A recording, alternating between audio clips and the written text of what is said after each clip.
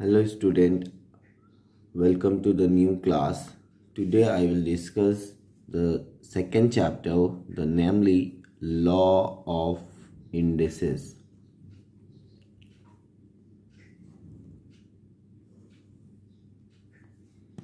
So firstly, we have discussed the formula of this chapters. Firstly, आज हम लोग इस चैप्टर का फॉर्मूला डिस्कस करेंगे कि लॉ ऑफ इंडेसिस बोलते किसको है और इंडेसिस या इसका हम लोग पावर भी बोलते हैं, इंडेक्स बोलते हैं, उसी का प्लूरल फॉर्म है इंडेसिस। सो लॉ जो है, एक्चुअली लॉ का मतलब हो रहा है फॉर्मूला।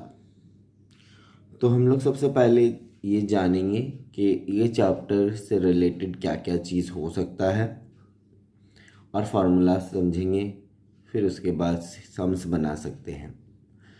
सो फर्स्टली आपको ये जानना पड़ेगा कि बेस और पावर किसको बोलते हैं। तो जैसे हम एक टर्म लिख रहे हैं,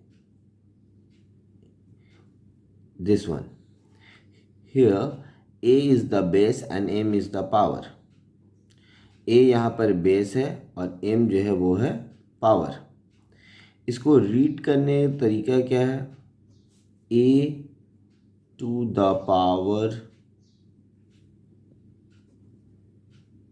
M। इसको रीड करते हैं हम लोग A to the power M। यहाँ पर M जो है वो पावर है और पावर का दूसरा नाम हम भी थोड़ी देर पहले बताए थे, उसको हम लोग इंडेक्स बोलते हैं। तो आइए हम लोग सबसे पहले फॉर्मूला डिस्कस जो कर रहे हैं वो है number 1, a to the power m into a to the power n, this is equal to a to the power m plus n। अगर हम लोग का मल्टीप्लाई आता है a to the power m into a to the power n, यानी कि अगर बीच में मल्टीप्लाई रहता है तो हम लोग का पावर ऐड हो जाता है, यानी कि m प्लस n ये पावर ऐड हो जाएगा। a to the power m into a to the power n, same base रहेगा, पावर ऐड हो जाएगा। इन जनरल हम लोग जब भी मल्टीप्लाई रहता है तो उसमें हम लोग ऐड करते हैं। Number 2, a to the power m divided by a to the power n, इसको हम लोग इस फॉर्मेट में लिख सकते हैं a to the power m by a to the power n, यानी कि डिवीज़न फॉर्म में जब भी रहता है हम लोग उसको बाय में लिख सकते हैं। और डिवीज़न में आपको मालूम होगा कि हम लोग सबट्रैक्ट करते हैं, that is a to the power m minus n। Now number 3, a to the power m within the bracket n, यानी कि e का पावर m है और उसका ब्रैकेट के बाहर में n है, तो ये पावर जो है ये मल्टीप्लाई हो जाएगा, that is a to the power mn। Number 4,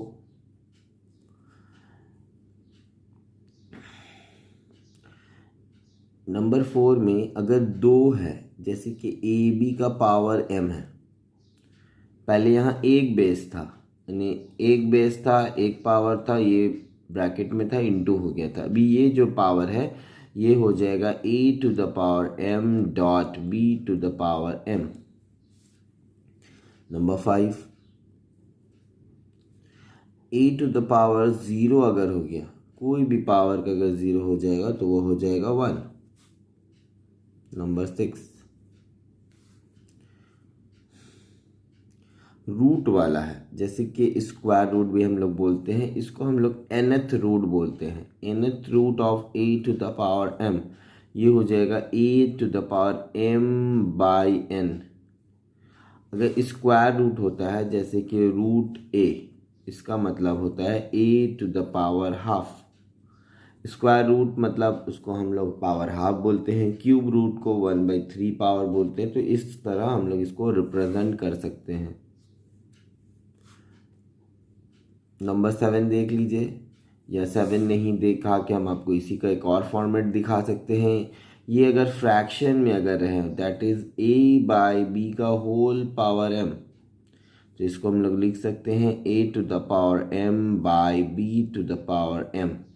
remember, याद रखिएगा, हम लोग फार्मूला को दो तरीके से यूज़ कर सकते हैं। अगर इसके जगह ये लिख सकते हैं और इसके जगह ये,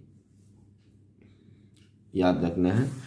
7 नंबर बताएं, जैसे कि मान लीजिए अगर a to the power x है equal to a to the power y है, तो यहाँ पर क्या है, सिंस बेस इज सेम, जब कभी भी बेस बोथ साइड सेम हो जाता है, then power must be equal, which is x is equal to y। ये इसको इम्प्लाई करेगा कि x और y का वैल्यू जो है दोनों इक्वल हो जाएगा। कब? जब सेम बेस रहेगा तब। a to the power x is equal to a to the power y रहेगा। ये हम लोग को मैक्सिमम टाइम में सॉल्व करने में यूज़ होता है। तो ये सारा आपको डिटेल्स फार्मूला है जो आपको अच्छा से देखना है, तब जाकर आपको आगे चैप्टर का कुछ सम्स वगैरह सॉल्व हो पाएगा। तो इसको देख लेना है आपको, फिर आगे हम लोग सम्स वगैरह भी डिस्कस करेंगे। जो होमवर्क देंगे वो आपको घर पे बनाना पड़ेगा। जो समझ में नहीं आएगा कमेंट्स कीजिएगा, तो उसके बाद हम वो सम्स भी डिस्कस कर लेंगे। ओके।